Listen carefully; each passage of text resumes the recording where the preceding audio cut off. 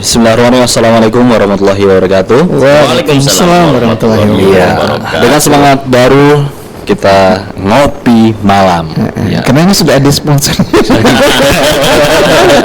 Iya, sponsornya udah mulai bermunculan ini. Kita harus siap-siap tampung dan insyaallah harus siap 2 jam ya. Iya, siap insyaallah. Oke. Bismillahirrahmanirrahim. Selamat datang di Ngopi Malam. Ngobrol perkara Islam dan masalah umat. Nah, bersama saya Om Pai. Dan senang sekali pada kesempatan malam hari ini berjumpa kembali dengan pemirsa ya, mitra pendengar IDC FM. Iya. Nah, baik, pada episode kali ini ya, episode yang ketiga ini luar biasa yang akan kita bahas kaitannya dengan yang sudah biasa kita lakukan sehari-hari sebenarnya ini ya pemirsa mitra IDC FM, yaitu kaitannya dengan sholat. Adakah 100? Bukan salah ya. Oh, ini kacau. Ini bahayanya kurang sponsor. Langsung adakah 100? Adakah 100 buat beli ya kan? Viral sih itu sih ya. Iya. Baik, insyaallah pada malam hari ini kita akan mengangkat tema tentang adakah sholat merubahmu? Jadi mitra edisi FM. Pertanyaannya luar biasa. Iya, ini pertanyaan dan pernyataan sebenarnya, Kang Iya. Sudahkah sebenarnya sholat ini merubah kepribadian kita, kemudian pola aktivitas kita, pola perilaku kita, dan pola pemikiran kita? Nah, betul. Baik, pemirsa mitra edisi FM, kurang fokus ya Om Pai ini kayaknya belum ngopi ya. Silakan minum aja dulu kopinya. Santai saja ya. Santai saja. Makanya namanya ngopi malam tuh ya harus disajikan dengan santai. Betul. Nah, pada malam hari ini siapa lagi kalau bukan dengan sahabat saya, dengan narasumber yang luar biasa, energik, spesial dan luar biasa, ya kan? Tentunya bersama dengan Kang Iya Kurniawan. Damang, assalamualaikum. Saya yang paling energik emang. Iya, saya belum ngopi sebenarnya. Iya, silakan diminum kopinya. Ada sponsor, kemarin ada sponsor. Kemarin nggak ada. Diomongin. Sekarang ada nggak mau diminum. Silakan diminum. Malu saya. Malu ya. Jadi nggak enak. Nah, Kang Iya ini kan sebenarnya ngopi erat kaitannya dengan yang namanya melek.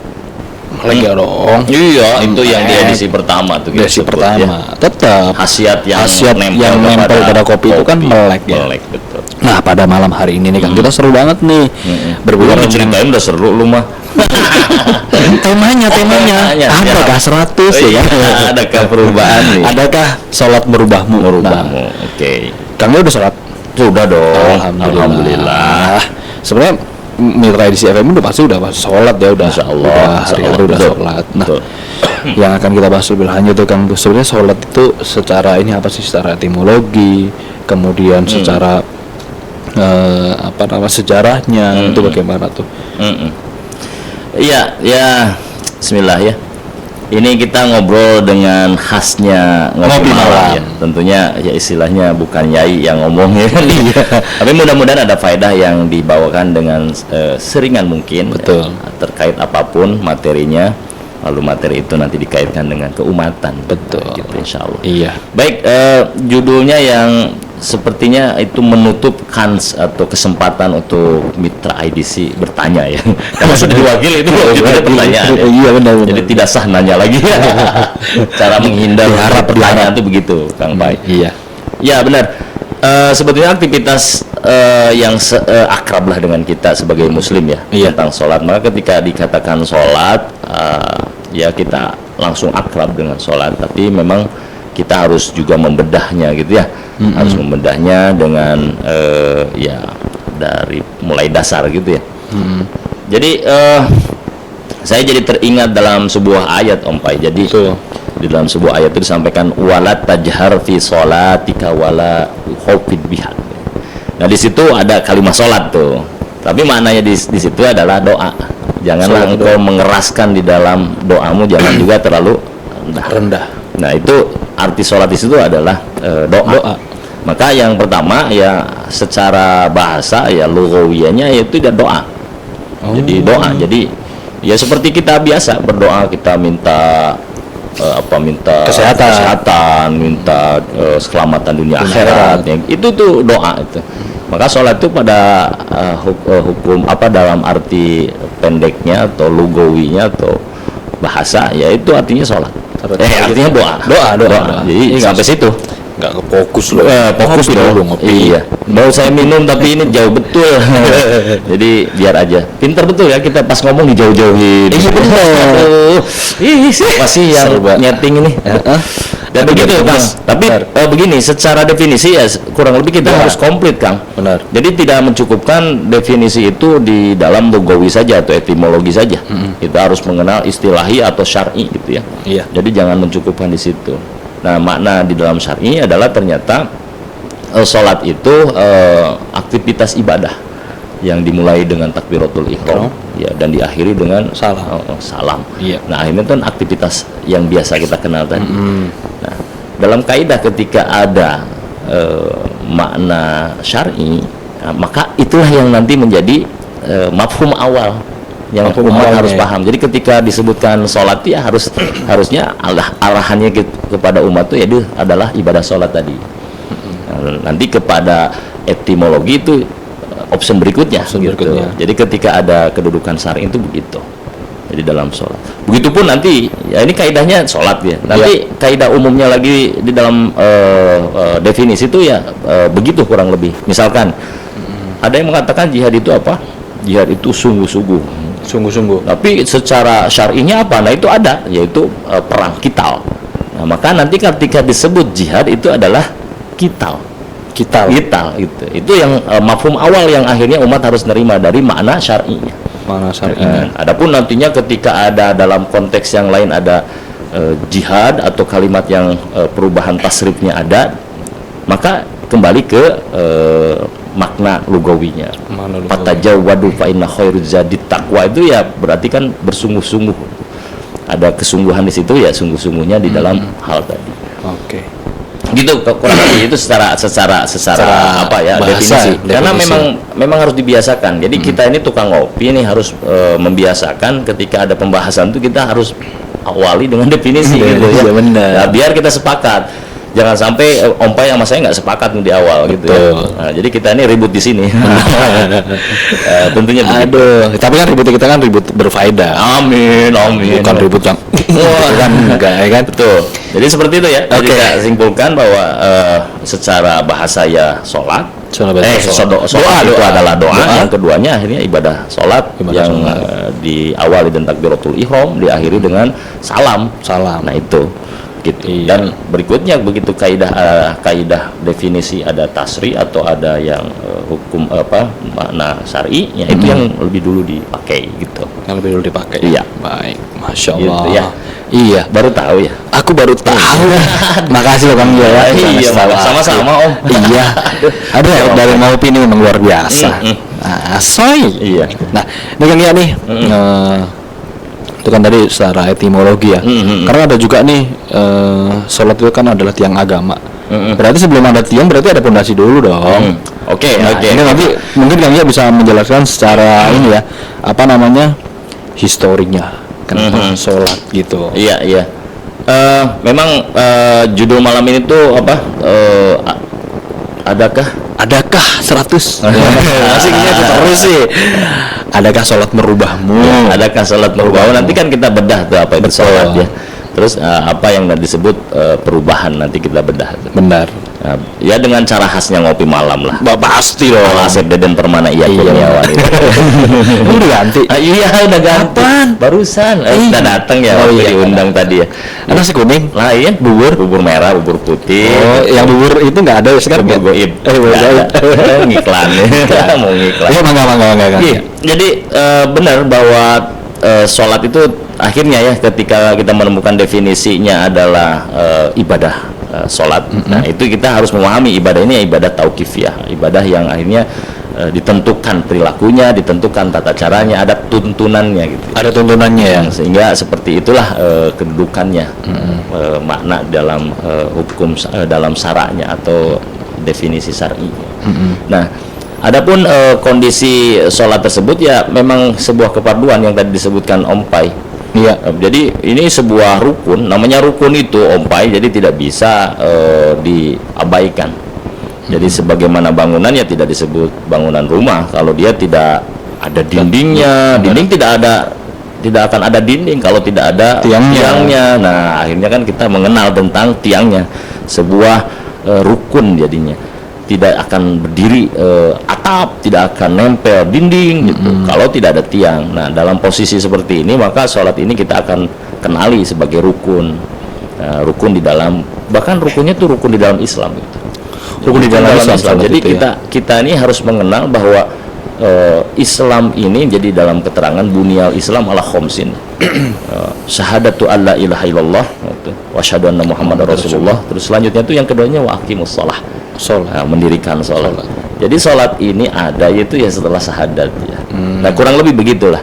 Sehingga dalam pemaknaan kita sholat ini, ibadah ini kita akhirnya harus memahami bahwa sholat ini adalah bagian dari syariat Islam. Sholat ini adalah bagian dari syariat Islam. Terus selanjutnya akhirnya kenapa kita melakukan atau tunduk kepada syariat itu? Iya.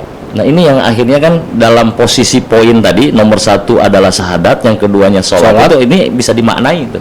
Gimana tuh, Kang? Ya, jadi pemaknanya begini, bahwa hari ini kita menemukan bahwa nomor 1-nya itu syahadat. Nomor 1 syahadat. Jadi bunyal Islam ala khomsin itu, jadi Islam itu dibangun oleh nomor 1. Nah, gitu. Nomor 1-nya syahadat. Jadi tidak bisa dia itu mengaku Islam kalau tidak ada ikrar. Iya, tidak ada ikrar. Ikrar yang dilisankan, yang dipersaksikan gitu ya, bahwa saya bersaksi tidak ada Tuhan selain Allah dan Muhammad sebagai Rasulnya Allah. Nah, itu dasar banget tuh. Nah, inilah yang nanti kita akan mengenal dengan akidah. Posisinya itu di nomor 1 ya akidah. Nah, akidah inilah yang nanti penjabarannya begini, bukan nanti, sekarang kita jabarkan ya dengan sesingkat-singkatnya. Jadi penghambaan kita yang berada dalam kalimat asyhadu, saya bersaksi alla ilaha, sesungguhnya la ilaha, tidak ada yang wajib diibadahi, wajib disembah, wajib diikuti. Kalimatnya itu wajib itu. La maksuda ilallah, tidak ada lagi yang kita maksud. Matluba ilallah, tidak ada yang kita tuju, kita cari, kecuali Allah. Nah ini kan awalnya tuh. Makna di sini akhirnya harus dipahami bahwa tidak ada lagi yang mempunyai segala urusannya itu kecuali Allah itu. Termasuk kita ini tidak tahu apa-apa kecuali Allah ngasih tahu gitu. Kita ini lemah selemah-lemahnya kecuali Allah memberikan. La haula wala quwata illa billah.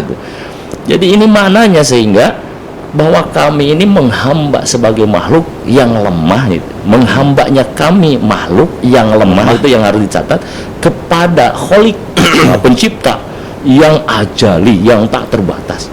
Nah, ini makna yang terkandung dari kalimat asyhadu alla ilaha illallah. Nah, ini kan dasar basis di mana asas kita ini mau melakukan apapun tuh harus seperti itu. Pondasinya tadi. Ketika kita menyimpulkan bahwa dengan adanya Khalik yang mempunyai sifat tidak terbatas, salah satunya misalkan Al-Alim, Allah ini Maha Tahu, maka sesungguhnya yang diciptakan tidak tahu apa-apa tuh. Betul. Tidak tahu apa-apa. Makhluk juga diciptakan. Jadi makhluk itu aslinya tuh kan mahdudatun, ya terbatas, lemah. Berbanding terbalik dengan Khalik penciptanya tadi. Yang tidak terbatas. Ini mohon maaf ya, kita akan membawa mundur dulu, maksudnya tuh kita ke dasar dulu untuk menceritakan nanti sholat. Oke. Nah, inilah yang nanti kita pahami bahwa Allah ini Al-Alim yang Maha Tahu dan kita ini tidak tahu. Ini satu contoh saja. Iya. Maka kira-kira nih kita ini bisa apa dengan ketidaktahuan ini? Kan nggak ada yang bisa dilakukan apapun, betul nggak? Betul. Kayak gini nih, ini ngobrol nih. Kita ngomongin alim. Ada nggak ilmu atau alim ilmu gitu? Ilmu bahasa ada nggak? Di dalam sekolah kan ada ilmu bahasa kan? Bahasa Arab, Inggris, Prancis, Indonesia, Sunda kan ada juga. Ada gitu Sunda. Bahasa Jawa ada. Iya dong. Muatan lokal ya. Tapi itu bahasa pernah nggak kita pikirkan? Bahasa itu awal mulanya dari mana? Sumbernya dari mana? Iya, sumbernya dari mana? Kita nih jadi pinter di sekolah karena ada penyampaian ilmu, misalkan tata surya. Dan itu disampaikan pakai bahasa tuh. Betul. Akhirnya kita berilmu. Benar. Tapi nyampainya ke kita itu kan karena bahasa tadi loh. Kita tanyakan itu bahasa yang menghantar ilmu sampai ke telinga kita, dicerna oleh kepala kita itu, oleh otak kita, jadi pemikiran kita, jadi pemahaman kita. Itu kalau nggak ada bahasa nyampe nggak ke kita? Nggak Atau bisa. gini lah, saya orang Sunda nggak ngerti bahasa Makassar atau Bugis misalnya, Iya. nerangin tentang tata surya pakai bahasa Makassar, kira-kira bakal jadi ilmu buat saya? Enggak. Nah ini tentang yang selisih, punya bahasa dua-duanya tapi beda gitu ya, yang satu Sunda satu Makassar, dua-duanya nggak saling ngerti, itu nggak akan tercapai sebuah tujuan pendidikan, benar nggak? Betul. Sekarang yang induk dari segala ilmu itu Allah, termasuk bahasa, berarti manusia itu nggak punya apa-apa. Nah ini kan yang akhirnya kita mendapati bahwa ternyata Allah. Jadi Adam alaihissalam itu ternyata apa? Dikasih informasi tentang nama-nama benda oleh siapa? Oleh Allah melalui malaikat Jibril. Akhirnya begitu ditunjuk ini barang, ini nama benda, sekaligus itu nama bahasanya. Betul. Dengan bahasa misalkan ini batu. Betul. Nah, batu ini pakai bahasa Arab misalkan. Bahasa Arab berarti hajar. Hajar. Ditunjuk nih hajar. Hajar. Begitu ini hajar. Oh ini dipegang itu bendanya. Bentuknya seperti ini. Ini namanya hajar. Nah hajar ini kita kenal hari ini bahasa Arab. Nah kan gitu tuh. Betul. Jadi waktu begitu disebutkan nama benda, nah kan disebutkan pula itu bahasanya. Iya. Nah dari situ akhirnya kita kan lemah sekali dalam pemahaman dalam apapun. Ini tentang ilmu al-alimnya Allah. Nah sementara ajalinya Allah Pai, Ya. itu kan tidak terbatas apapun, kekuatan, kekayaan. Wah luar biasa. Artinya tuh kita makhluk tuh nggak punya apa-apa, Nggak berdaya. nggak berdaya. Iya. Iya. Tidak punya daya, tidak punya upaya, kecuali ya memang semua itu dari Khalik. Dari Khalik, dari Allah. Nah, dari situlah kita akhirnya menyadari. Nah, ini nih pentingnya, menyadari atau sadar bahwa kita ini ketika melafalkan asyhadu alla ilaha illallah, itu maknanya tuh kami itu menghamba dengan kelemahan kita selemah-lemahnya. Maka akhirnya tuh raditu billahi robba, ridho bertuhan namanya Allah Subhanahu wa ta'ala. Jadi kalau sudah ridho dituhani oleh Allah tuh ya Allah ngomong apa, karena Ikut. kita nggak tahu ya ngikut, pasti benernya, pasti arahnya jelas, karena Allah lah yang menciptakan alam semesta, menciptakan manusia, menciptakan interaksi kehidupan, betul nggak? Betul. Sehingga Allah lah yang tahu rahasia alam semesta, manusia, kehidupan dan interaksinya. Nah begitu tuh. Nah dari kesadaran inilah Pai, kita akhirnya memahami bahwa benar. Ketika kita berakidah Islam, maka ketundukan ini, pasrah inilah yang akhirnya kita bersandar kepada Allah. Yang di akhirnya dibawa, dititipkan atau dirisalahkan, dititipkan pada Rasul Muhammad. Makanya muncul yang kedua, syahadata ini kan persaksian, dua persaksian. Yang keduanya wa asyhadu anna Muhammad Rasulullah. Sehingga jadi ini yang kita terima hari ini, Islam seperangkat dengan risalah Islamnya, termasuk inilah bagian akidah yang kita harus taslim, harus pasrah terima. Dalam gambaran seperti itu, maka kita sadar, iya ya, jadi ketika Allah memerintahkan sholat, siap, saya tinggal sholat, begitu, nggak protes. Nah ini dulu yang harus paham. Jadi makna tadi bahwa syariat sholat itu adalah syariat, dan itu bagian dari rukun kewajiban sebagai muslim, disadari dari mulai pemahaman nomor satu, syahadat tadi, akidah tadi. Sehingga nanti begitu ada perintah sholat, perlukah kita protes? Tidak perlu lagi. Perlukah kita harus apa? Tidak perlu lagi. Tinggal kita melaksanakan. Nah inilah yang harusnya menjadikan kesadaran awal terhadap makna sholat sebagai syariat, termasuk sholat sebagai syariat, termasuk rukun ya. Rukun gitu Om Pak, sejarah. Nah ini sangat menarik sekali nih, Kang Ya, kaitannya dengan sejarah ya. Nah ini kan sejarah yang apa namanya, mungkin perintah sholat nih tadi, Kang Ya. Perintah sholat itu sendiri kan kita mau tahu sejarahnya dulu nih. Kayaknya nih Kang Ya, dari teman-teman ya, aduh sholat nih sehari 5 kali, itu baru yang wajib. Iya kan? Kok banyak banget sih harus 5 kali. Nah, itu sebenarnya kan sedikit. Iya, itu Nah, kan sejarahnya gimana tuh? Enggak, itu kaitan mindset ya. Kata mindset. Nyebut 5 itu banyak atau sedikit, akhirnya ngomong berat dan banyak. Berat dan banyak, Nah, benar. misalkan saya sajikan lagi, sebetulnya sholat itu banyak loh. Nggak cuma duhur, asar, maghrib, isya, subuh. Betul. Ternyata ada sholat, misalkan tahajud, ada duha, dan lain-lainnya. Iya. Nafilah, rawatibnya misalkan. Benar. Akhirnya kan dijumlahkan banyak. Benar. Taruh lah misalkan 21 misalkan. Iya. Tinggal ditanya lagi, 21 sama 5 banyakan mana? Pasti jawabannya banyak kan? 21. Mudah-mudahan melihat 5 itu jadi ringan kan? Iya, Gitu. benar. Nah itu kembali ke mindset sih. Kembali ke mindset. Nah jadi betul bahwa di keterangan juga memang ada hal yang menyampaikan itu di dalam sebuah kedudukan hadis. Jadi di perjalanan Isra wal Mi'rajnya Rasulullah SAW itu perjalanan yang Allah perjalankan tuh Nabi Muhammad SAW. Isra itu diperjalankan darat ya dari Mekah ke Al-Quds gitu. Lalu Mi'raj itu dari Al-Quds ke Sidratul Muntaha tuh. Nah disitulah mendapati perintah sholat oleh Allah Subhanahu Wa Taala kepada Nabi Muhammad SAW gitu tuh. Nah dalam perintah itu diriwayatkan tuh Allah menyuruh 50 gitu. Fikul yaum itu dalam satu malam Rasul turun gitu. Rasul turun ya ketemu di langit ke-6 itu dengan Nabiullah Musa alaihissalam, lalu menyampaikan nggak akan kuat umatku Bani Israel segini. Nah akhirnya kembalilah minta keringanan ke Allah, naik lagi riwayatnya sampai bolak-balik tuh. Sampai akhirnya itu ditetapkanlah 5 waktu sholat gitu. Dan itu pun Nabi Musa alaihissalam masih menyampaikan berat itu 5 itu ya? 5 itu berat, kaumku Bani Israel gitu tuh. Nabi Musa tuh lalu disuruh lagi naik, tapi Rasulullah akhirnya tidak nggak naik lagi, jadi menerima dengan 5 gitu. Lalu penutup dalam hadis lain tuh disampaikan bahwa 5 itulah akhirnya dalam setiap waktu itu 10 sehingga 50 juga gitu ketetapannya. Nah itu kan 5. Jadi ketika mendengar satu riwayat seperti ini, maka untung kita ini 5. Iya. Coba 50 gitu ya. Banyak kali. 5 aja. Teteran. Bahkan kadang-kadang ya jadi kusal kita ya. Kusal tuh malas gitu, bermalas-malas gitu. Atau lalai, menunda-nunda. Nah itu kan baru 5 gitu. Tapi mudah-mudahan dengan informasi seperti ini tuh Ompai, mindset kita tuh berpikir iya ya kalau 50 nih nggak kuat kita nih ya. Benar. Mumpung 5 ya. Padahal udah terkunci 5 gitu kan. Udah terkunci 5 gitu lah Ompai. Nah sejarah kan kurang lebih begitu. Jadi mindset ini bisa kita olah gitu. Mindset ini bisa kita olah. Semua akhirnya bisa, kalau bahasa umum tuh bisa disugestikan. Tapi kalau masalah iman, nah lain sugesti bahasanya.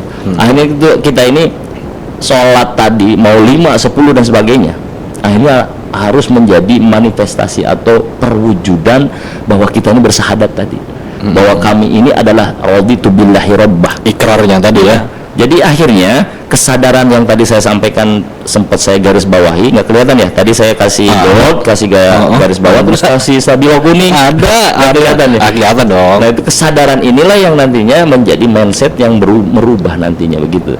Dari berat jadi ringan. Iya. Di urusan iman akhirnya kan kita ada harap tuh roji. Jadi ke Allah tuh berharap limpahan pahala, limpahan rahmat, keselamatan dunia akhirat, dimasukkan ke surganya Allah kan tuh harap. Termasuk juga khauf dalam satu titik tuh ke Allah tuh ada roja, ya, berharap, dan khauf, takut siksaannya, takut dengan kesempitannya, takut dengan api nerakanya, takut dengan azabnya, takut dengan dipersulit kehidupan dunia dan akhiratnya. Nah ini berkumpul dalam satu tadi.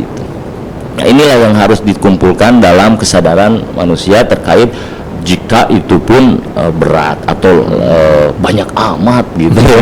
Belum ngomongin waktu nanti. Wah, itu panjang kalau lebar Ompai. Nah, sehingga gambaran keterangan hadis riwayat tadi yang tadi disampaikan menjadi ringan ya dalam ukuran awam ya. Tapi kalau dalam keimanan mau tidak mau kita ini harus dengan bahagia Harus dengan Jadi baik. gini, wajibnya sholat yang 5 waktu tadi itu tidak ada urusan dengan kalian punya hutang apa kagak gitu. Tidak merubah dari wajib menjadi sunnah. nggak ada, Nggak gitu. ada. Tetap hukumnya begitu. Hukum begitu. Mau antum tuh berdarah-darah mencari nafkah gitu ya, susah gitu. Itu nggak ada urusan, tetap Wajib. antum kaya sekalipun tidak juga bisa membeli menjadi sunnah juga gitu. Iya. Nggak ada. Justru dari semua kondisi seperti tadi, maka mindset kita sebagai kembali kepada akidah tadi, kita makhluk yang lemah, perwujudan dari kita ridho, perwujudan dari kita nih pasrah kepada Allah, taslim, apa? Ya bahagia aja. Bahagia aja. Nah, ini kayaknya nih. Gitu. Nih poinnya sebenarnya yang dari tema kita pada malam hari ini tuh Kang ya. Adakah sholat merubahmu? Iya. Iya kan. Sholat udah kita bahas tuh. Iya. Ini sekarang rubah. Iya. Atau rubah nggak? Tahu. Apa tuh? Tahu perubahan. Rubah yang hewan itu loh. Rubah. Ngopi dulu. Hewan rubah itu Rubah. Iya. Bener. Aduh. Nah kayaknya nih kaitannya dengan rubah. Kan rubah tadi ya. Perubahan. Iya. Nah, Perubahan relasinya apa sih sebenarnya tuh? perubahan. Jadi memang harus dibedah perubahannya gitu. Iya. Saya kalau dengar Sepis perubahan aja. itu ingat fisika gitu. Kok bisa? Ya, bentuknya tuh segitiga tuh delta gitu. Jadi kondisi A berubah, kondisi A lalu ketemu B itu nah perubahan itu ada nanti ya. Mau menjadi besar atau menjadi kecil gitu. Mau menjauh atau mendekat itu perubahan namanya. Hangat atau dingin? Namanya perubahan. Iya.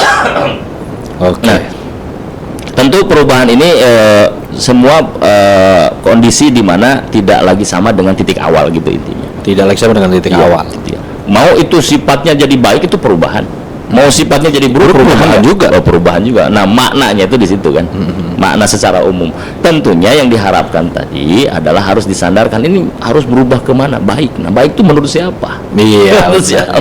Jangan-jangan Standarnya harus jelas ya. harus jelas. Ya. Nah, sehingga kita ngomongin tentang adakah sholat merubahmu? Ada misalnya, aku sholat berubah saya.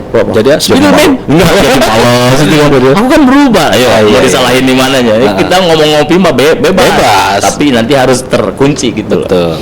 Nah, ini yang mana nih? Maka ketika disebut perubahan ini ya semua berbeda kan dari titik awal ya. Titik mula-mula, titik setelahnya semuanya berbeda. Iya. Nah, berbeda ini yang nanti disebutnya berubah. Baik itu menjadi kalau angka ya, kecil ke besar ya berubah, kecil tambah kecil itu berubah. Jadi itu namanya perubahan. Tapi yang diharapkan itu ya yang mana sih? Benar. Nah, kalau sudah seperti itu Om Pai, yang berarti kan kita harapannya berubah ke arah yang lebih baik gitu kan. Dan yang berubah itu apa? Iya, gitu. berubah itu apa? Nah, kita lari atau kita mungkin jalan-jalan lah ya ke Al-Qur'an ya. Boleh. Kita bacakan satu ayat ya di surah Al-Ankabut ayat 45. Tahu dulu, Bang ya. A'udzu billahi minasyaitonir rajim. Utlu ma uhiya ilaika minal kitabi wa aqimis shalah. Innas salata tanha 'anil fahsya'i wal munkar waladzikrullahi akbar wallahu ya'lamu ma tasna'un. Kita mungkin kalau kita cari perubahan ini, perubahan apa sih yang Allah janjikan? Iya. Nah, kita Dari sholat tadi ya? kita rujuk kepada Al-Quran, di mana Al-Quran itu bagian dari kesadaran kita kepada akidah Islam itu. Tadi. Jadi kita maknai begitu. Sehingga nanti pembedahannya itu harus kata Allah. Nah, di dalam ayat tadi memang banyak yang bisa kita bedah. Contoh ya dari penggalan pertama, utlu ma uhiya ilaika minal kitab wa aqimis shalah. Jadi Allah nyuruh kepada Rasul utluma, baca ma perkara. Oh, kalau nyebut perkara berarti umum, apapun. Iya. Apapun itu yang ternyata dilanjutkan uhiya, yang aku wahyukan. Uhiya ilaika, diwahyukan Allah kepada Muhammad minal kitab, dari Quran. Nah, satu diantaranya dari kalimat utlu ma uhiya ilaika minal kitab itu maknanya bahwa kita ini sebagai manusia berubah perilaku, berubah cara pandang, berubah apapun ya, sikap, termasuk juga perasaan bisa kita rubah. Semua jadi perasaan, pola pikir, cara pandang, termasuk perbuatan, cara sikapnya. Nah itu kan diproses dari berpikir tadi tuh. Iya. Dari apa-apa yang masuk tuh. Nah kalimat ini utlu, baca. Apa yang disuruh Allah, Rasul suruh baca firman-firman Allah, ayat-ayat Allah. Di mana ayat Allah itu kan ada perintah, ada larangan, ada khobar, ada juga kisah yang sudah disampaikan di nabi-nabi sebelumnya. Nah ini menjadi informasi yang masuk kepada baginda Muhammad SAW yang diberikan oleh Allah melalui wahyu tadi. Nah jadi inputnya ini adalah kita ini akan berubah menjadi sesuatu ya tergantung apa yang dibaca, tergantung apa yang menjadi masuk input atau maklumat, informasi yang masuk kepada pemikiran kita, Om Pai. Tidak jarang loh hari ini ada orang peminum minuman yang Allah haramkan, yang orang tua risaukan dan seluruh masyarakat risaukan, tapi peminumnya tuh happy wae. Peminumnya lo bangga, suruh ganti ke teh aja nggak mau, ganti ke kopi. Ngomongnya apa kemarin? Urusan minum itu mah urusan saya dengan Allah. Ini yang kemarin kita di jalan ya. Masalah. Dan dia bangga dengan minuman yang kata masyarakat itu jelek, kata orang tua itu jelek gitu. Apalagi kata Allah itu dilarang. Dan pede dia gitu. Artinya apa dia? Kan secara kita, kalau kita detailkan orang itu berarti yakin itu. Yakin ini benar kok. Nah kan itu. Dan dari mana dia muncul keyakinan? Apa yang masuk ke dalam pikirannya, apa yang masuk ke dalam otaknya, informasi apa? Keren, ya udah, keren itulah yang dikejar. Aku loh keren. Minuman begini, saya sebut merek bahaya gitu. Gitu misalkan. Terus pakai black label, red label, blue label lebih mahal kan. Terus foto di upload di sosmed di tempat yang keramaian viral. Hedonis banget tuh. Teman-teman decak kagum tuh. Kerennya ini. Yang ngomong keren apa? Yang satu frekuensi dengan dia. Benar nggak ya? Benar. Nah berarti kan informasi apa dulu yang masuk. Nah Allah nih tuh menggambarkan bahwa baca ayat-ayatku, baca firmanku, baca perintahku, baca laranganku. Artinya itu cerna, ihsas, indra, tangkap, gitu. Lalu pahami. Mengindra, memahami itu proses berpikir tuh, yang nanti menjadi bekal dia akan merubah kemana, tergantung yang masuknya dulu. Iya. Nah karena ini wahyu dari Allah, pasti adalah sebuah kebenaran, pasti adalah sebuah keilmuan, pasti sebuah yang tidak mungkin menyalahi, tidak mungkin mendolimi, tidak mungkin tuh. Sehingga inilah yang menjadi bekal untuk merubah gitu tuh. Nah, dalam kalimat utlu ma uhiya ilaika minal kitab gitu. Jadi informasi berikutnya minal kitab, sehingga minal kitab itu apa? Al-Quran, Islam. Al-Quran itu paket dengan Islam. Maka Islam itulah menjadi sumbernya. Islam itu menjadi sumber titik benarnya. Allah itulah, wahyu itulah yang menjadi pusaran kebaikan, kebenaran, tidak boleh yang lain. Nah gitu kurang lebih. Sehingga mengambil dari Allah itu dipastikan baik, benar, tepat gitulah. Nah itulah yang disampaikan. Lalu disebutkan wa aqimis shalah, lalu tegakkan salat. Nah di ayat selanjutnya Allah menyebutkan nih yang tadinya ini rubahnya kemana? Nah, rubahnya ini ya. Akhirnya kan Allah menyampaikan innas salata tanha 'anil fahsya'i wal munkar. Nah ini nih, inna sesungguhnya, solat, sesungguhnya solat itu tanha, mencegah 'anil fahsya, sebuah kefahsyaan, dan wal munkar, dan kemungkaran. Nah berarti mafhumnya itu fahsya, mungkar ini yang harus dijauhi. Fahsya ini yang menjadikan bahaya, mungkar ini yang menjadikan celaka. Kurang lebih begitu kan informasinya. Maka apa perintah Allah? Tanha, jauhi. Nah gitu gambarannya. Sehingga ketika sholat merubahmu itu harus menjadikan perubahan yang akhirnya tanha anil fahsya wal munkar. Iya.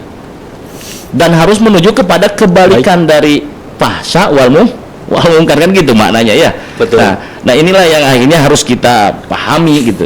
Dan tidak ada sumber kebenarannya tadi, perintahnya itu dari utluma uhiya, bacalah dari wahyu-wahyuku gitu, yang diberikan kepada engkau Muhammad gitu. Utluma uhiya ilaika, kepada engkau Muhammad minal kitab, dari Al-Quran. Nah akhirnya kita harus kembali lagi ke Islam, kembali ke perintah-perintah Allah. Nah ini yang akhirnya kita harus memahami inna sholata tanha anil fahsya'i wal munkar, ini menjadi rumus. Jadi ini saya ingin menegaskan dalam gambaran ini, Pak, ini mah gaya-gaya bukan yai ya. Jadi kalimat inna itu Kang Pai, Om Pai. Iya. Kalimat inna itu makna itu litaukidi, penguat. Makna penguat dalam keimanan itu begini. Rasul ini mendapati ayat inna fatahna laka fatham mubina. Jadi itu tentang perang. Iya. Tentang perang Romawi kah itu? Romawi. Kejadiannya udah belum. Tapi ketika disebut inna fatahna, maka sesungguhnya akan dimenangkan gitu. Itu udah nggak keragu tuh. Harus yakin ya. Pertama gini ya, secara akidah yang tadi kita pahami, Allah ini kalau udah ngimpo pasti benar. Betul. Kan? Ya.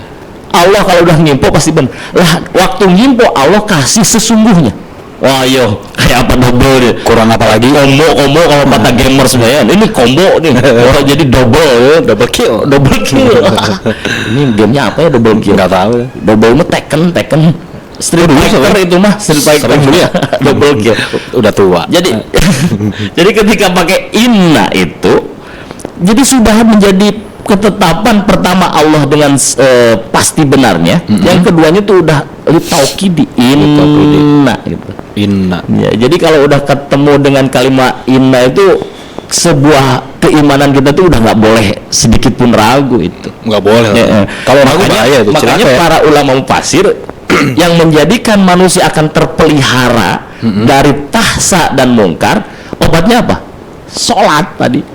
Sholat ya. Itu kan kalimatnya inna sholata, sesungguhnya sholat itu tanha, mencegah, itu udah pasti itu loh. Fahsa dari mungkar, dari fahsa dan mungkar.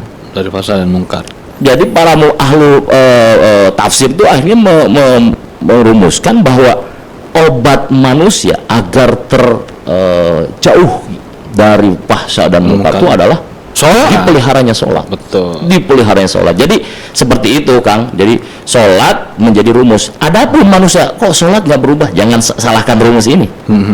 Nah, akhirnya kita akan membedah pasti manusianya yang salah. Betul. Nah, pasti manusia yang bukan salah. Rumusnya nggak salah. Udah pasti nggak mungkin. Kalau rumusnya salah berarti ayatnya salah. Kalau ayatnya salah berarti sifat Allahnya salah. Betul. Nggak mungkin. Itu kalau ada manusia mukmin muslim memperkirakan begitu, akhirnya apa coba? Harus dipertanyakan. Oke. Kita harus menguatkan lagi. Iya. Kalian tahan dulu nih.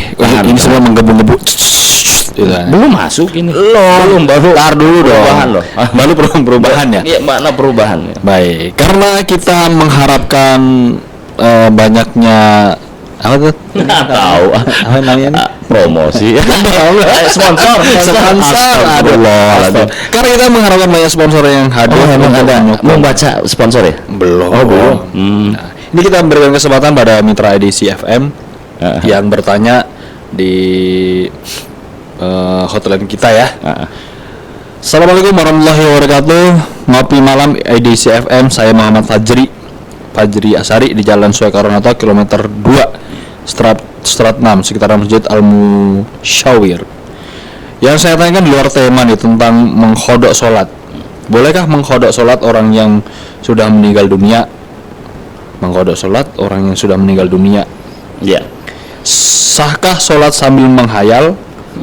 Mengapa ada orang yang melaksanakan sholat tapi masih disebut sebagai orang yang celaka? Apakah sholat itu kewajiban atau kebutuhan? Mengapa Allah Subhanahu wa taala berkata betul pertanyaan saya. Hanya betul nih. Ya, itu disimpan saja. Siapa tahu kita dari apa yang kita jelasin itu kemampuan terjawab. Karena kalau kayak gini ini panjang nih. panjang. Iya, betul. Kita harus ngopi nih. Harus ngopi Ini kayaknya nih kan. Oh, boleh kita. Bukan. Kopdar ketemu juga. boleh Satu. juga. Yang kedua kayaknya Kang Muhammad Fajri ini mau siap-siap jadi sponsor. Oh ya Allah. Karena beliau ini panjang amat, banget. ya Allah. Oh, iya. Oh ya Allah gitu. Berharap nih dijawab. Jadi nanti panjang tuh. Berharap dijawab, jadi waktunya kan kurang. Panjang. Harus panjang. Iya. Berarti harus ada yang mensponsori gitu. Ya, baik. Luar biasa. Apa ini kalau ngiklan? Luar biasa. Ini Bapak Muhammad Fajri ditunggu jadi sponsorshipnya ya agar kita lebih panjang lagi nih menjawab pertanyaan antum nih ya kan. Jadi begitu ya? Iya jadi begitu. Harus gitu ya? Harus gitu. Kalau enggak nanti kita tunggu di offline-nya ya. Di offline-nya di Yuk Ngopi. Yuk Ngopi ada ya? Boleh, Pan. Ini ngopi malam ya sambil ngopi kita. Sambil ngopi. Nanti kita akan boleh. Ini wajib kopi darat. Ya, mudah-mudahan maksudnya gini, mudah-mudahan ini sangat panjang. Panjang ada 8 nih, 7, 8. Dan ngetiknya tuh nggak disusun ya, kurang menarik ya dibacanya. Nggak maksudnya siapa tahu apa yang nanti dibicarakan, istilahnya mampir jawaban. Jadi apa ngurangin itulah. Baik, Bapak Muhammad Fajri, mohon maaf nih ya, nanti kita akan spill jawabannya. Ini sebenarnya biar antum nih jadi sponsorship kami lah harapannya gitu ya kan. Amin. Dan nanti kita berharap kita mau bertemu wajahnya beliau nih Kang ya. Iya. Nah, kalau di radio tuh begitu ya, begitu tersebut saya namanya siapa tadi? Kang Dedet. Lain itu yang tadi Kang Muhammad Fajri. Akhirnya tuh kita yang mana ya orangnya? Iya. Kayak apa? Bagus ya. Aku gemes. Iya, mudah-mudahan dipertemukan insyaallah. Iya, amin. Ini ada pertanyaan kedua nih. Assalamualaikum Ustadz dan host yang gua anteng Pol. Wih, gua anteng lah. Amin ya Allah. Ini ahli menghayal. Fitnah. Bukan, orang kita nggak kelihatan mukanya. Iya benar. Bener kan? Bener. Bote-bote aja ini. Izin bertanya, bolehkah mendoakan keburukan untuk musuh Islam seperti Zionis yang telah berbuat zolim Ini bab sholat lari-lari simpen enggak apa-apa. Simpen enggak apa-apa. Nih dua nih ya. Kita udah punya 2 cadangan nih. Calon sponsor sih. Ya Allah, yang nanya jadi calon sponsor ya. Iya. Hebat betul Om Pa ini. Assalamualaikum Ustadz, idolaku. Emang tuh Ustadz? Dia. Jangan sebut itu perempuan. Iya, perempuan. Laki-laki. Iya, pantesan nggak ada namanya ini. Mau tanya, bagaimana kita mengkodokkan sholat saat di atas pesawat saat naik haji? Karena akan ada perbedaan waktu di atas udara. Nah, ini boleh dijawab dulu. Yang mana? Yang ini. Itu sama dong dengan pertanyaan atas tuh. Jadi sebenarnya ini nggak dijawab sebenarnya. kita bisa aja nanti itu tentang yang ketiga itu tentang sholat gitu ya. Yang pertama itu ada juga kodok sholat, tapi masbuk lain ada. Panjang betul. Ya, nanti betul. Kita spill lagi. Ini kita mau ngomongin apa? Ini adakah sholat merubahmu ya? Ini fikihnya ya. Tapi enggak masalah. Mudah-mudahan cukup waktunya satu. Yang keduanya, saya khawatir jalan-jalan ke situ nggak tersampaikan materinya begitu. Betul gitu. Maksudnya tuh judulnya harus linear soalnya. Wah, keren bahasanya. Habis ngopi langsung tahu linear ya. Iya. Berat memang. Keren. Nih, pertanyaan selanjutnya ada. Assalamualaikum Ustadz. Waalaikumsalam. Ustadz ya? Lain dong. Lain. Saya bapaknya Muhammad Osman Gazi. Izin pertama, Tat. Izin pertama. Izin bertanya. Oh, izin bertanya. Ngopi dulu dong. Iya. Ini ada teman kerja sekamar di mes nitip pertanyaan. Wah, pertanyaannya pakai dititip-titipin ya. Iya. Coba nitipin uang buat sponsor sih, ya. Astagfirullahaladzim. Salah ya. Astagfirullahaladzim, salah ya Allah. Maaf. Ada kah 100 ya? Bagaimana kalau sholat tapi masih berbuat maksiat? Sudah menolak ajakan bos atau teman-teman, masih menyentuh minuman beralkohol. Baru kita bahas tadi. Ya, ini yang linear tuh dengan. Oke. Apa ada yang salah pada sholat? Makannya masih belum terjauh dari kemaksiatan. Nah, itu gimana tuh? Baik. Nah, akhirnya kan yang linear yang nomor 3 tuh. Nomor 4. Ini berarti nggak wajib jadi sponsorship. Yuk jawab. Oke. Makasih. Pertanyaan keempat dari Abu Osman Gazi. Ini temennya kan? Kang? Iya kan yang WA itu. Iya. Lalu sampaikan salam buat teman sekamarnya. Kan gitu ya. Iya. Ya, jangan lupa ngopi dan bahagia. Iya. Ya betul. Tadi kan kita sebut nih bahwa ternyata Allah mengunci itu innas sholata gitu, innas sholata tanha anil fahsya'i wal munkar. Sesungguhnya sholat gitu, mencegah dari perbuatan keji dan munkar.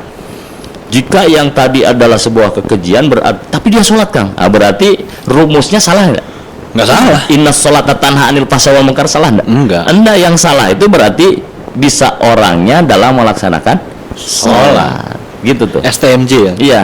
Nah ini yang tadi ingin saya sampaikan, walaupun ini nggak langsung saya jawab ya, tapi mudah-mudahan dengan pemaparan ini yang saya lanjutkan, intinya tuh terjawab.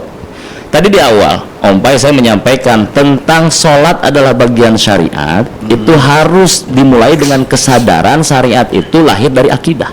Syariat itu lahir dari akidah? Iya, syariat tadi itu lahir dari akidah. Syariat sholat itu di antara syariat-syariat kan banyak tuh. Di antara syariat-syariat itu sholat itu lahir dari akidah. Akidah itu mananya apa? Bahwa kami ini menghamba kepada Allah sebagai makhluk yang lemah kepada pencipta yang ajaliun.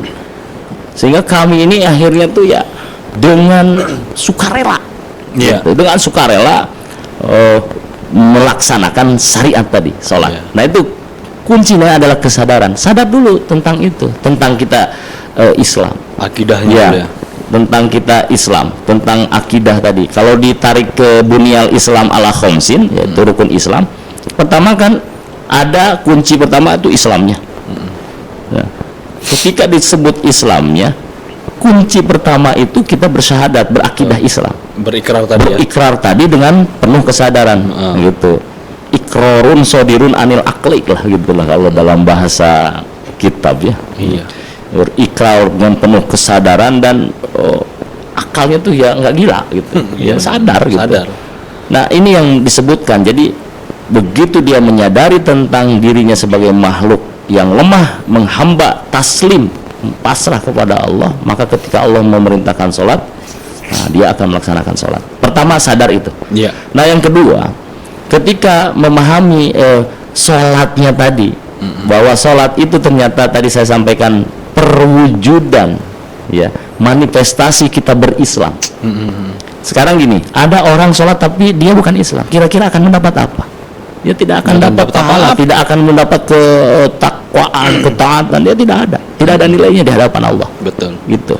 Nah, maka dalam pandangan yang kedua barusan adalah balik lagi ke tentang sadar lagi bahwasannya saya ini melaksanakan sholat sebagai manifestasi perwujudan atas Islam yang saya emban. Makanya hati-hati di dalam keterangan hadis yang membedakan kita dengan kafir itu apa? Ya sholat. Sholat, makanya sholat. Nah, tuh dua tuh. Harus sadar lagi kan, kembali lagi sadar tadi kepada kholik kan gitu. Yang kedua tadi sadar terhadap Islamnya. Islam dengan syahadat tadi, dengan akidah tadi, menyadarkan dirinya itu untuk apa? Sholat. Untuk sholat. Untuk menghamba. Nah, jadi sholatnya itu adalah persembahan atau penghambaan di waktu yang sudah ditentukan. Coba Om Pai perhatikan ya, sholat itu di waktu yang sudah ditentukan. Terus kita disyaratkan tertentu, yaitu wudhu misalnya. Berarti kan menjadi muayyinun, menjadi spesial tuh. Waktunya, momennya itu yang menjadi spesial. Diniatkan dengan niatnya yang sudah ditentukan.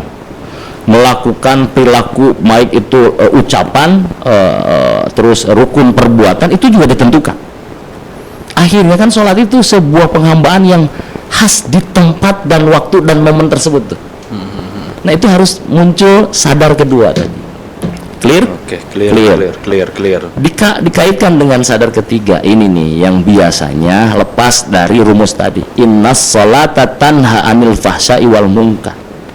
Dia lepas dari kesadaran ketika menghamba waktu sholat tadi.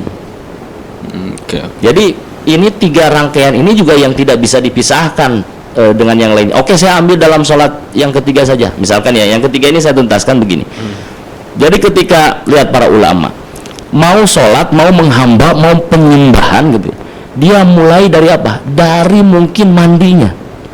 Dari mungkin kan orang tua zaman dulu tuh kan nyangkul tuh di sawah tuh orang tua itu begitu udah, kalau bahasa hari ini tahrim, segera dia pulang bersih dan dia udah niatkan tuh mau sholat. ngeduhuran. Oke. Itu saged tuh bahasa Sunda tuh apa? Saged bahasa Sunda Bisa. tuh lain. Apa sih? Siap semangat Oh, apa? siap gerak. Nah, dia Oke. mempersiapkan tuh ganti baju sambil nyuci. Dia akhirnya Membersihkan. lumpur. Iya, benar-benar. Habis itu mandinya tuh untuk sholat.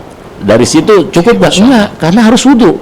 Sebagai syarat sah sholat wudhunya. Satu paket aja. Padahal yang mau dia kejar sholatnya tuh.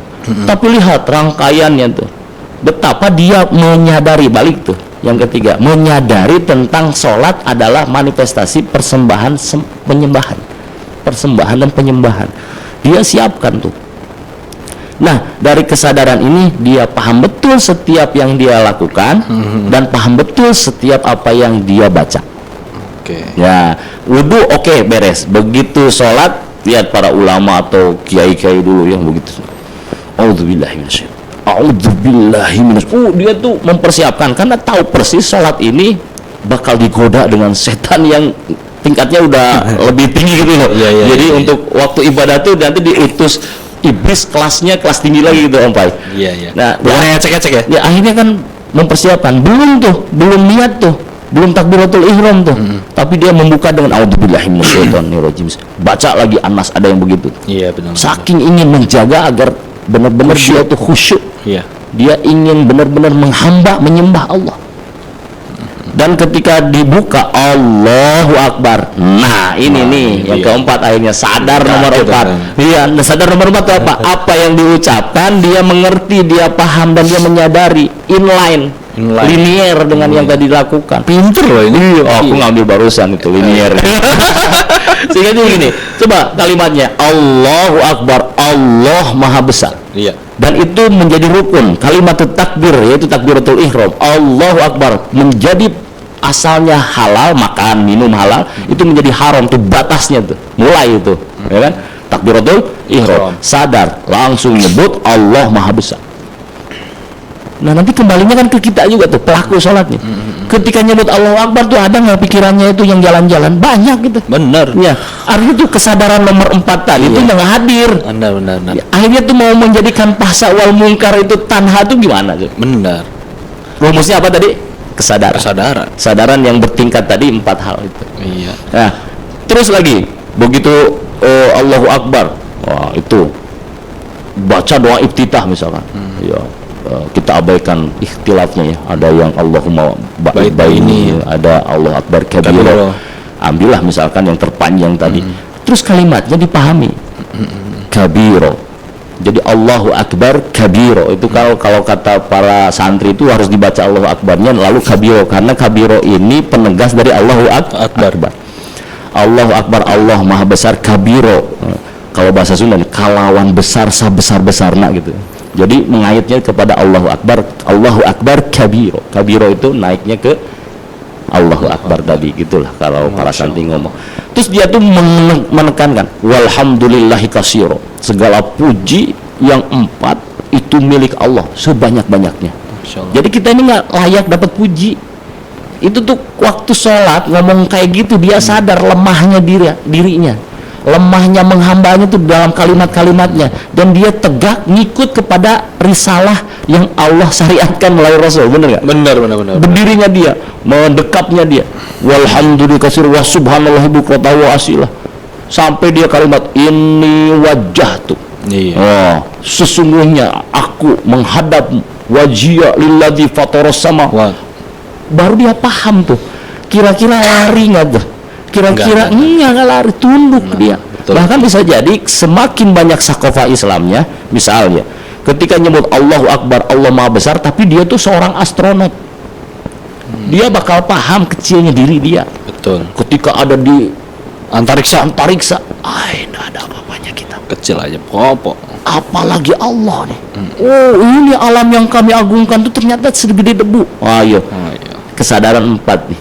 Nah. Akhirnya tuh teruslah sampai ya kedudukannya di dalamnya ada, di dalam sholat tuh kan ada doa, ada pemintaan, ada rasa takut. Misalkan tadi kenapa disebut pertanyaan pertama tuh lalai, Al-Maun kan, fawailul lil musallin, celakalah orang-orang yang sholat, alladzina hum fi salatihim khashi'un. Dia artikan lagi tuh.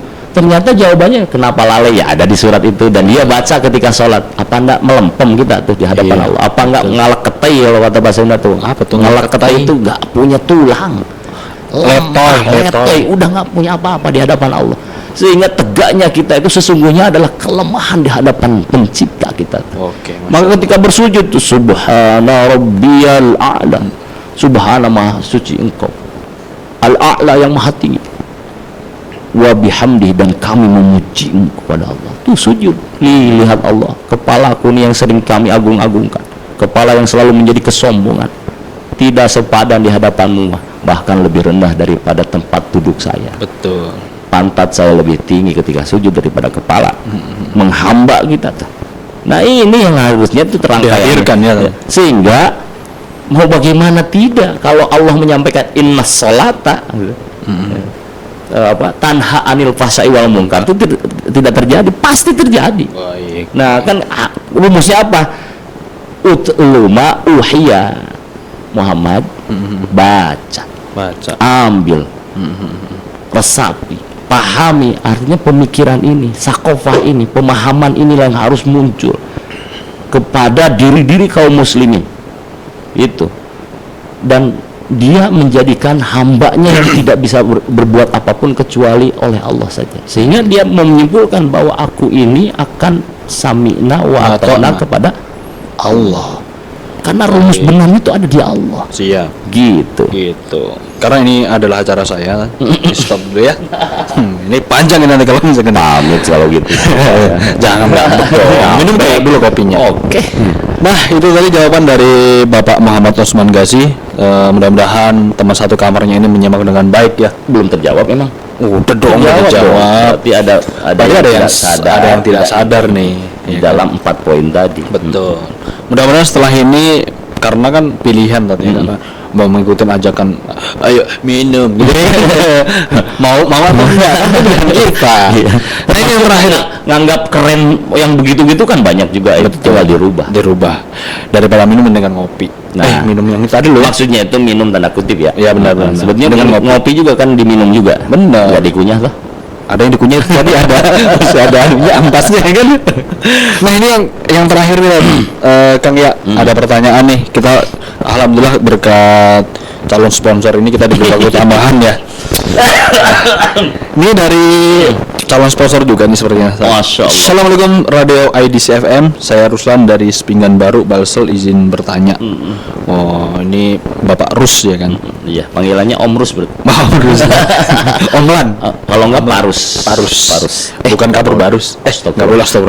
Maaf ya, Bapak Rus. Ini tuh keakraban saja ya. Iya benar-benar. Ini karena ngopi itu bikin akrab. Iya, karena Bapak Rus ini mau keakraban kita jadi sponsorship ceritanya. Oh, Masya Allah, alhamdulillah, mudah-mudahan ya.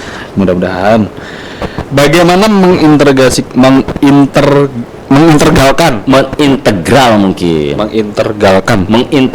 ya itu tadi. Ini bahasa aja. Ini lu kopinya. Salah ini belum. Kopinya nggak diminum. Bukan dim kopinya ini loh bener bahasanya. Aduh, ngetiknya salah-salah nih. Belum ngopi sih. Apalagi sholat dalam kehidupan sehari-hari mengintegralkan. Mengintegral itu menghubungkan. Ya, menghubungkan sehingga dari sholat ini tumbuh kepedulian terhadap umat. Iya, betul. Baik, ada satu keterangan bahwa di dalam keterangan itu bahwa sholat berjamaah itu lebih afdol daripada sholat sendiri. Ini satu lagi deh. Kang, karena ini pertanyaan hampir sama, ya kan? Dari calon sponsorship kita, dari Bapak Junaidi. Biasanya sih panggil Om. Pada malam ini orang Bapak bertanya lagi yang linier. Apakah perubahan yang muncul bisa dijadikan indikasi bahwa ibadah sholat kita diterima? Integral kan tadi kan? Iya, baik. Kita bahas dulu yang itu, bahwa diterima atau tidaknya itu hak prerogatif Allah. Ini yang kita tidak bisa ini. Cuman memang kita bisa melihat dari indikasi-indikasi. Indikasinya itu ketika munculnya kebaikan. Kebaikan dalam tanda kutip adalah yang baik kata Allah. Ya. bukan dari manusia. Ya, walaupun manusia juga ini harus sumbernya ke Allah. Jadi misalkan dengan sholat itu dia menjadi birrul walidainya lebih baik. Dengan sholat tersebut misalkan orang tadi menjadi terjaga perilakunya dari kemaksiatan. Yeah. Dengan sholat tersebut akhirnya dia bisa menjaga pandangan. Betul. Pandangan dari yang diharamkan. Nah itu yang bisa jadi indikasi. Adapun bahwa diterima atau tidaknya itu kepastiannya dari Allah saja. Nah kita tentunya umat manusia ya berbaik sangka. Ada keterangan bahwa kita ini sebagaimana prasangka kita. Maka berprasangka. Tentunya jangan juga jelek sholatnya, apa adanya sholatnya, lo berprasangka baik saja nggak cukup. Betul. Nggak cukup. Jadi dia harus memantaskan sesuai enggaknya dengan keilmuan-keilmuan yang sudah ditetapkan oleh syariat gitu. Nah, dikaitkan dengan integral dalam kehidupan bahwa sholat ini gambarannya bahwa ada kita berangkat dari keterangan di mana sholat ini lebih baik berjamaah daripada sholatil fard, dari sholat sendirian. Dan memang khasnya di dalam Islam itu adalah jamaah. Nah, khasnya dalam Islam dalam jamaah. Jadi sebuah keterangan itu ada bahwa ketika kalian mengingatku, kata Allah ya, di dalam hati kalian, maka Allah mengingat kalian di dalam Allah itu, mengingat kalian. Tapi ketika engkau mengingatku di dalam sebuah jamaah, jadi dalam sebuah jamaah lalu dia ingat kepada Allah, maka aku akan mengingat kalian dengan jamaahnya. Kurang lebih. Maka kita ini ketika memahami dengan sifat fitrahnya manusia yang sosial, ya, akhirnya kita ini ya harus mengimplementasikan bahwa sholat ini bagian dari refleksinya nanti ke sosial. Gitu. Contoh begini, di dalam sholat ketika disampaikan lebih baik dari sholat sendirian, maka utamanya kan menjadi berjamaah. Bahkan sebagian mewajibkan. Nah, begitu berjamaah, lihat hikmah yang hadir di sana. Hikmah yang hadir di sana. Kalau sudah ngumpul berjamaah, ada kepemimpinan, ada keseragaman, ada sebuah getaran yang berbeda dari sendirian. Yeah. Misalkan ketika kita nyebut amin sendirian itu kan ya biasa saja. Wairil maghdubi alaihim waladdallin. Amin. Tapi kalau banyak tuh rasanya dan ini bergetar. Ya, dan pernah membuat seorang non muslim masuk Islam gara-gara amin. Bukan amin nama orang ya. Bukan nama orang, tapi jawaban dari waladdallin ini amin. Yang dia kritisi pertama, jawaban amin itu ternyata ini lari dulu di jalan-jalan. Aminnya orang yang berjamaah itu selalu menyesuaikan nadanya gitu loh. Ngejawab ghairil maghdubi alaihim waladdallin. Misalkan tinggiin, jawabannya aminnya tinggi juga. Amin. Gitu tuh. Oh, jadi non muslim itu ya non muslim itu akhirnya apa? Tertarik tuh. Ternyuh. Iya. Dan ketika dijawab bareng-bareng, ini yang membuat getaran itu berbeda. Nyanyi sendiri sama nyanyi banyakan beda juga. Beda. Meneriakan sendiri dengan banyakan itu juga beda. Betul. Contoh lah ketika hari ini bidam, bidu, biruh, nafidah ya akso sendirian beda dengan jamaah. Nah, begitu. Nah, dalam gambaran integralnya bahwa sholat dikaitkan dengan akan munculnya atau lahirnya tanha anil fahsai wal munkar. Dengan sholat akhirnya dia menjadi orang yang berkepribadian baik. Jikapun dia sendiri saja baik, dan kebaikan itu seperti cahaya, dia akan membuat orang itu senang, orang itu suka. Fitrahnya manusia itu jamaah, fitrahnya manusia itu menyukai kebaikan. Misalkan tidak ada manusia yang senang zalim, tidak ada. Manusia itu pengennya itu ya adil. Betul. Mau itu ada agamanya, tidak ada agamanya tuh, pasti secara fitrahnya begitu. Maka kefitrahan dalam Islam jamaah. Yang kedua, tanha anil fahsai wal munkar, dia terhindar dari keji dan kemungkaran, kemaksiatan dan segala macamnya. Itulah yang menjadikan getaran ini menjadi frekuensinya sama dengan umat. Masya Allah. Dan akhirnya ketika sholat ini tegak ya, sholat ini tegak seiring dengan kepribadian yang terubah. Jika berjamaah maka menjadi jamaahnya. Jika jamaah itu ada dalam masyarakat menjadi perubahan sikap, perubahan pemikiran, perubahan pola pikir dan perasaannya dalam masyarakat, dan semuanya bersumber kepada Islam, maka menjadi masyarakat Islam itu. Iya. Dan ketika pola pikir, pola sikap, perasaan, terus lagi berpikirnya umat terikat kuat dengan syariat Islam yang kita pahami secara akidah tadi, Iya. maka tuntutan manusia tadi akan menuntut aturan. Jadi jamaah itu akan menuntut aturan. Betul. Menuntut diatur, menuntut bikin aturan, dan aturan itu begitu dituntut pasti aturannya, jika dia baik maka aturannya baik. Jika aturannya oleh Islam, apa perasaan pemikirannya Islami, pasti itu diharapkannya aturannya yang pasti tidak akan berselisih dengan Islam. Masya Allah, luar Itu biasa. integralnya. Maka kita kembalikan kepada rumus awal, innas sholata tanha anil fahsya'i wal munkar. Ini adalah sebuah janji Allah itu. Ini kebenaran atau rumus yang tidak mungkin salah. Ketika pun ada yang menyelisihi dalam fakta, itu bukan rumus yang salah. Kita yang akhirnya tadi dalam kesadaran pertama, kesadaran kedua, ketiga, dan keempat di dalam makna sholatnya, ini makna paling kecil dalam sholat lah. Bacaan yang nggak hafal. Betul. Boro-boro mau ngertiin, hafal aja enggak.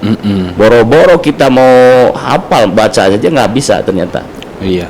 Nah, hal-hal itu kan harus segera di-upgrade. Betul. Di umat.